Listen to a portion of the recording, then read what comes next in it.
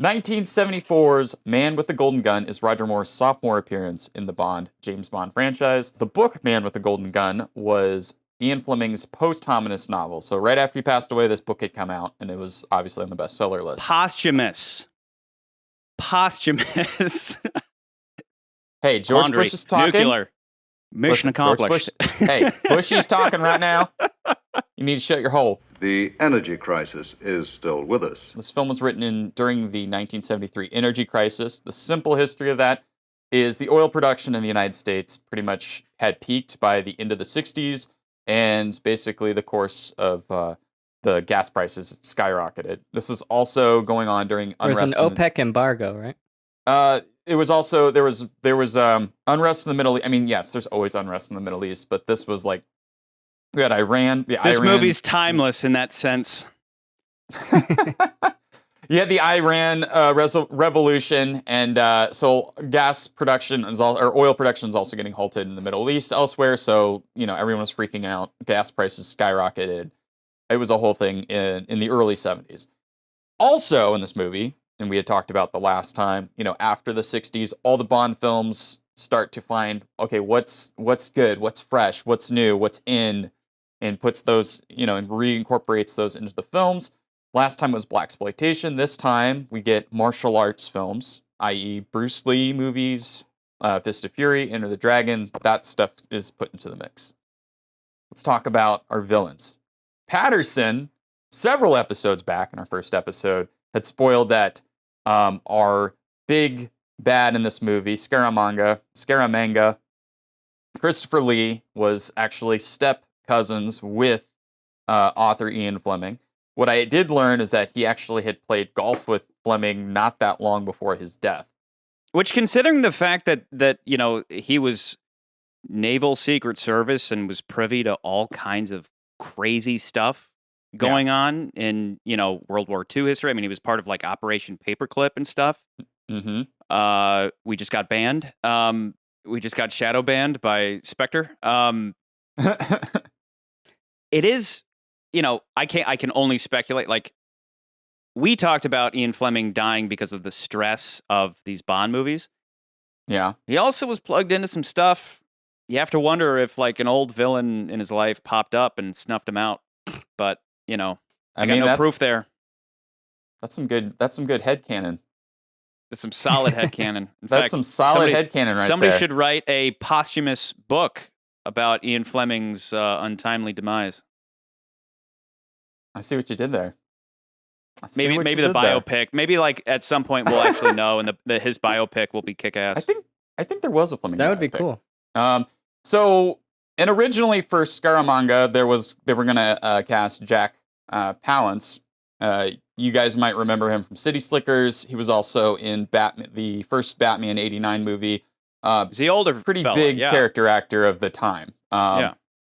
We have Maud Adams and Britt Eklund were both British. They both played the prospective two main Bond girls in this film.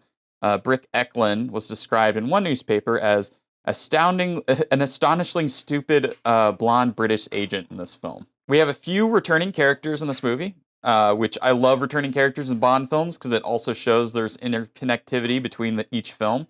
Besides the main three that we always see, Moneypenny, Q, and M, this time we see Sheriff J.W. Pepper returns because he was a popular character in the last one. Let's throw him in this movie. J.W. And then, of course, there's another character that you guys may recognize, was the gangster in the beginning of this movie. He is supposed to be the same gangster that we saw in Diamonds Are Forever. You want to sit in the front, Mr. Franks? Connecting Sean Connery and Roger Moore like this. And then also, if I do George Bushisms, I cannot pronounce this dude's name. Hervé Villechaize. I probably butchered that. He's French. I don't know. I don't speak French. Javier. Yeah. Javier. There you go. Bonjour, Monsieur Bond. I am Knick Knack. He played Knick Knack. He was French. He was originally a painter turned actor. He had actually drawn and made all these pictures for all the actors and actresses in this film. Did he make very small paintings? But He was a horn dog for sure. Apparently, he had a lot of fun Ooh. in Bangkok. In the behind the scenes features, they just say, he was up very late in Bangkok, and we all know that Bangkok is like a party town. One night in Bangkok, and the world is your oyster. Man. So he really made it his oyster. I may be small, I may be small, but I never forget. but I am very big.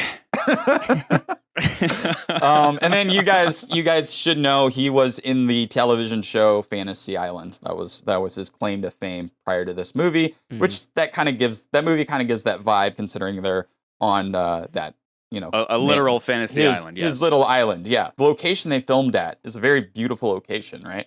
With all the islands and how they kind of like mushroom shaped. They even say that in the film. They're like mushroom shaped islands. No movie had been there before, right?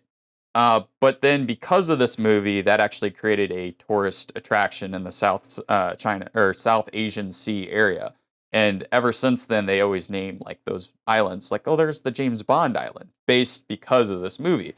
When they were making the movie, though, they were in such a secluded area, away from civilization, that they stayed at this hotel. And like Christopher Lee didn't know this till years later. Guy Hamilton told him that, like, dude, that hotel we stayed at used to be a brothel. Like, it was one of the local brothels there. So he's just kind of weirded out by that. Meanwhile, didn't know the difference. The Golden Gun itself, there were two versions of it made for the movie. You had the solid version that was able to like shoot like a cap or whatever, it made that effect. And then there was another one that Christopher Lee had to like put together, right? It's a pen, a cigarette case, a lighter, and I think cufflinks, right? Like those four things, you had to put it together.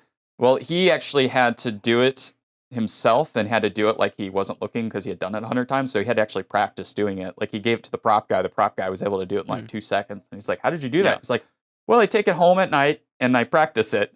So that's probably what you should do. So he had to practice that whole little bit. The coolest weapon we've come across. I agree. And you can buy these online, and I donate to the Patreon we don't have, so we can all buy golden guns, please.